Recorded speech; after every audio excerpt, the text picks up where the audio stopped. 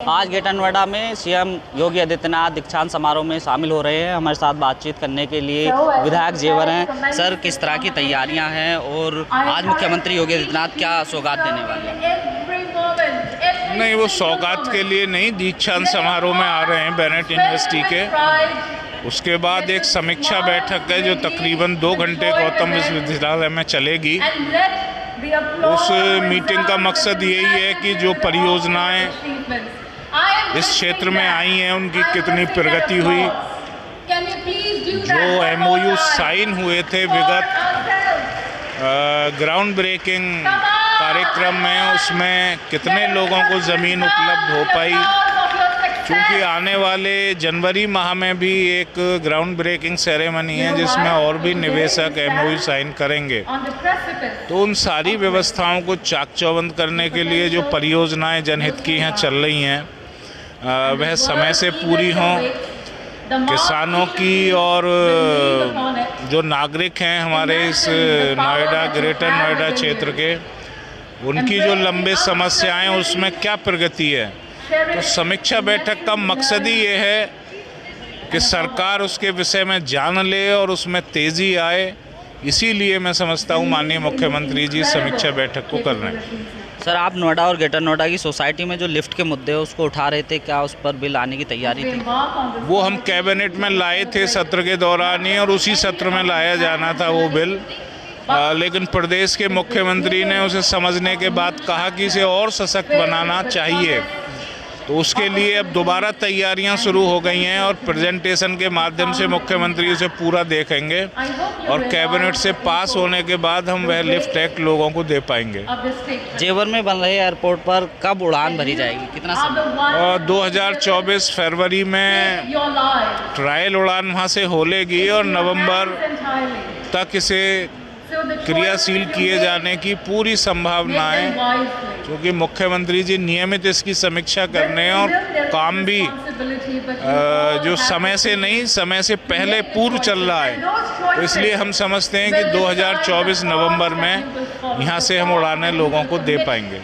नोएडा और ग्रेटर नोएडा में जो सोसाइटी में लोग रहते हैं अक्सर उनकी दिक्कतें होती हैं, बायर्स वाली प्रॉब्लम, लेकिन आपके यहाँ पर कम है। लेकिन फिर भी आपसे उम्मीद रहती है लोगों को, आपने लिफ्ट का मुद्दा उठाया, तो आने वाले समय में किस तरह से? देखिए, ये जो समस्याएं ये हम ही लोगों द्वारा उठाई हुई थी। उसी के बाद इस सरकार ने रेरा का गठन किया। रेरा को और अधिक मजबूत और जवाबदेह बनाने की दिशा में भी सरकार के संज्ञान में बहुत से बिंदु लाए गए और नियमित इसकी समीक्षा होती है कि हम कितनी रजिस्ट्री करा पाए। वो बिल्डर जो बहुत मजबूत थे उनके खिलाफ FIR भी हुई हैं, वो जेलों में भी गए।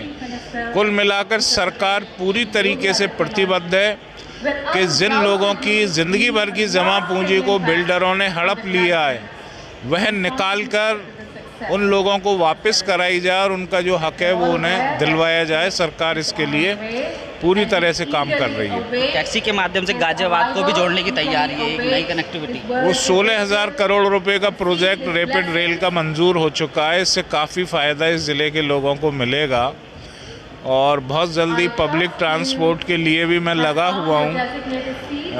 ग्रेटर नोएडा वेस्ट हो या ग्रेटर नोएडा नोएडा हो, ये कमी इसकी प्लानिंग में उस वक्त रही होगी जब इसकी प्लानिंग हुई इन शहरों की। पब्लिक ट्रांसपोर्ट को हमें इंक्लूड इसमें करना चाहिए था इनके डेवलपमेंट के साथ साथ, जिससे ये दिक्कत अब नहीं होती। लेकिन खैर, अब चूँकि सरकार के संज्ञान में इन समस्याओं को लाया जा चुका है तो मैं समझता हूं कि शीघ्र ही इन पर कार्य आरंभ हो जाएगा। 3 राज्यों में आपने बाजी मार ली, अब लोकसभा चुनाव नज़दीक है, क्या तैयारी? कोई कहने की बात नहीं है। ये तो एक जो है संदेश है उन सभी लोगों के लिए जो भारतीय जनता पार्टी को घेरना चाहते हैं। क्योंकि हर व्यक्ति समझ चुका है कि विपक्षियों का कोई एजेंडा नहीं है, उनका मकसद सिर्फ मोदी को रोकना है।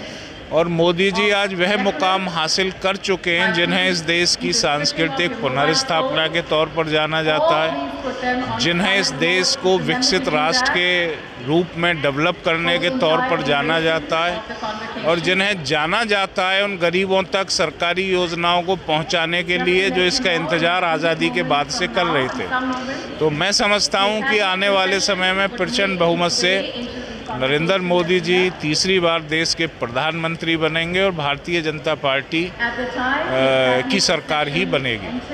ये थे मेरे साथ जेवर विधायक धीरेंद्र सिंह। इनका कहना है कि आगामी लोकसभा चुनाव को लेकर पूरी तरह से हर एक कार्यकर्ता तैयार है और फिर से भारतीय जनता पार्टी की सरकार बनेगी। साथ ही कहना है कि जो गाजियाबाद से कनेक्टिविटी को जोड़ा जा रहा है उससे जो नोएडा ग्रेटर नोएडा वासियों को एक बहुत बड़ा फायदा होगा और रोजगार के भी नए अवसर पैदा होंगे। नोएडा से TV7 भारत के लिए मैं साजिद अली।